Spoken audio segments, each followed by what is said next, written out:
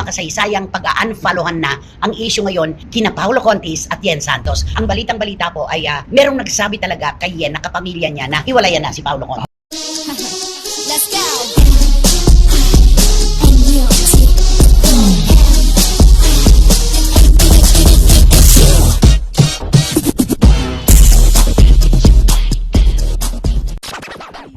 Itong kwento pong ito ay pulutan talaga ng mga, alam mo na, naglalasyeng-lasyeng, ng mga nagtatrabaho sa bangko, sa palengke, at kahit saan. Sa parkour. At saka itong kwentong ito, hanggat hindi nila sila mismo nagsasayang tapos na, Totoo yan. hindi matapos ang Kahit kwento pa ito. po ang makasaysayang pag-unfollowan na ang issue ngayon kina Paulo Contis at Yen Santos. Anong take mo dyan? Nag-unfollowan na sila? Oo nga, siguro baka nagsawa na talaga si Yen Santos. Nagsawa? O baka...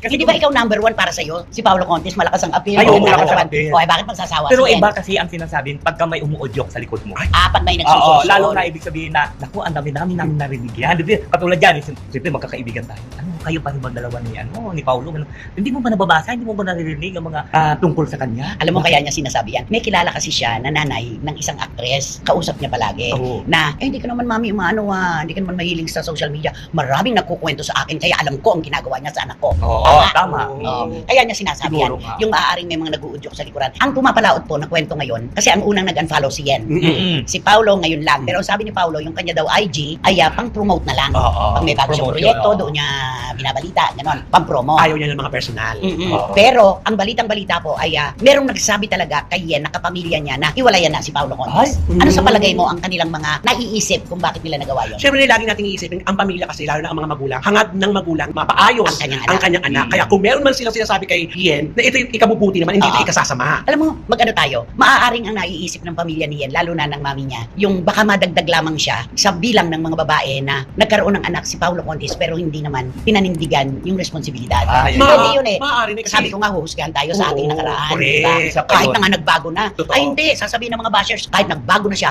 may ginawa pa rin siya sa anak nga ni LJ at saka ni ng ating kaibigan. Ni Lian. Lian Paz. Ni Lian, oo. Kaya nga di ba sinasabi ng mga magulang na nakikita namin na kung ano yung kaliligaya ng anak ko. Pero meron kaming may boses kami para sabihin na, anak, mag-isip-isip ka. Di ba may laging ganun, di ba? Gamitin mo ang isip mo, Oo. wag puro puso lang. Correct. Kaya sabi nga nila, dapat daw ang nagdedesisyon sa bayan, ang isip at saka ang puso. Yan, oo. Pero alam mo, ang umiibig kasi ay bulag. Totoo. Di ba? Natatakpan ng pag-ibig yung kanilang pananaw. Ganun na nangyayari. Ano pa sa palagay mo ang ibang pwedeng naging agam-agam ng partido ni Yen? Kaya siya pinahiwalay kay Paulo. Sa akin, yung balitang-balita ngayon, ang dami-daming mga kababayan natin talaga na nagpo-post, nagsasabi na baka madagdag lang si Yen doon sa mga babae na Mga past relationship Oo, na sa mga babaeng nakarelasyon ni Paulo. Ikaw, ano sa palagay mo? Sa palagay ko siguro yung mga... Ano? Hindi, nakikita naman natin kasi si Paulo nung wala nang trabaho. Ang trabaho... Maging diretso ka dyan. Nung una, ang trabaho niya, mayroon siyang trabaho, may non-time show siya, may income siya. Kung ngayon, ang income niya, isa lang. Isang show lang ang nandun siya every Friday na. Hindi mo nga alam ang title, alam mo pa schedule. Okay. Sige na, Alam mo, ikaw, aris pa kutsaga ka. Siguro ganun yung naano ni Yen na talagang... Pamilya ni Yen, Oo, hindi si nga. Yen. Hindi, yun na nga yung naano siguro ni Yen na pinagsabihan siya ng pamilya niya na iiwanan mo na yung boyfriend mo kasi Dahil? wala naman may tignan mo yung ano. Siguro nakikita ng pamilya na wala siyang income, wala siyang trabaho. Meron namang income, Oo. dahil may show nga eh. Ay, pero hindi siguro sapat na para Ayun. anuhin yung anak nila. Sabihin ako, anong maidudulot na magandang buhay sa'yo? Yan kung ganun ang ugali ng At saka alam mo, balansihin natin itong aspeto na ito. Si Paulo Contis ay talagang pinakain ng pinakamasasakit na salita ng ating mga kababayan. Oo, Lagi siyang nasa gitna ng target. Yung hindi pagbibigay ng sustento sa kanyang mga anak. Dalawa kay Lian Paz na nag-graduate na nga, di ba? Oo, naman. Tapos kay May LJ. LJ. Oo. Yung binulabog na siya ng todo. Kasi kapag binabato mo ang isang tao, merong tinatawag na punto ng pagkagising. Pero bakit si Paulo, hindi naman tayo nakarinig kay LJ at saka kay Lian Paz na huwag nyo namang ginaganyan ang tatay ng mga anak namin kasi nagbibigay pa rin naman siya ng sustento. Tulad ni Ellen Adarna, ipinagtanggol si John Lloyd Cruz Yeah. na nagbibigay talaga ng sustento para kay Modesto, Oo. di ba? O sino ba? Si Carlo Aquino. Si Carlo Aquino, Oo. ay pinagtanggol din, para kay Mithi naman, pinagtanggol siya. Bakit kay Paulo? Walang nagsasalita na, teka naman, dahan-dahan naman kayo, nagbibigay naman siya ng sustento sa mga anak niya. Correct. Yun yung binuliglig na siya, pinato na siya ng todo-todo. Pero bakit hindi nagising? Oo. Sana merong isa, kung meron siyang nagawa ng mga bagay-bagay na ito, may magsasalita na para naman mabawi yung mga negatibong. Mabalanse. Oo. Dapat Oo. meron Oo. gano'n. Bakit kaya, Wendell? Siguro, yun na nga yun. Namumroblema rin siya na kung bakit kaya eh. Namumroblema Alam na. mo, pag tinitingnan niya ako, parang gusto niya sabihin, batuhin ako ng tanong neto, hindi pa naman ako nakanta.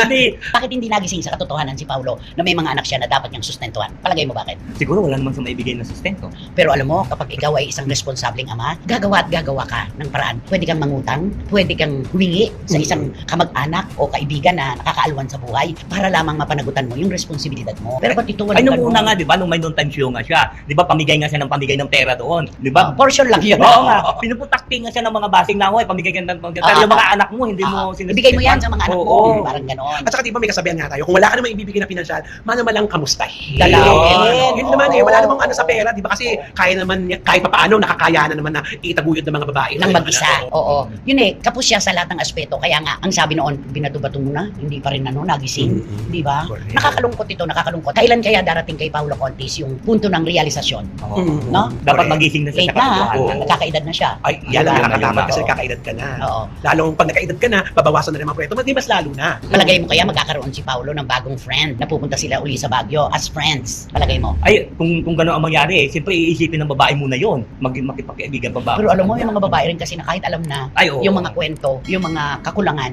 natatakpan na. Oo, eh. go Kasi pa rin sila ng go. Kasi minsan kasi tayo, di ba, ang nasa puso ng babae, baka sakasakaling tumating sa Magbago. akin. Ayun. Oo, tama. Oo. Pero husgan pa rin siya ng kanyang nakaraan. Yes, meron pa rin ano eh, may alinlangan pa rin, hindi buong Oo, yan. Oo. At saka nandun pa rin yung sumbat eh. Mhm. Di ba? Susumbatan siya. Sumbat na paano? Oo. Ay katulad yan eh, kung... Ay katulad yan. Kung nakikita ng babae na siya lang ang laging nagbibigay, siyempre, maano yun, ano yung babae. Sabi, ako na lang lagi. Bakit hindi naman ikaw? Kung palagi ang babae Oo. ang taya. Oo. May So, punto pa ibig rin mo naman. sabihin, si Yen lang talaga ang gumagastos sa relasyon nila ni Paulo. Siguro, ganun na nga. Ba't humina yung boses? Another! O yan. At yun na nga mga kachika, kung nagustuhan mo ang hot topic natin for today's video, ay ano pang inaantay mo? Mag-like ka na at i-share mo na din para mas marami pang magkakaalam sa hot topic na ito. Maraming salamat! Let's go.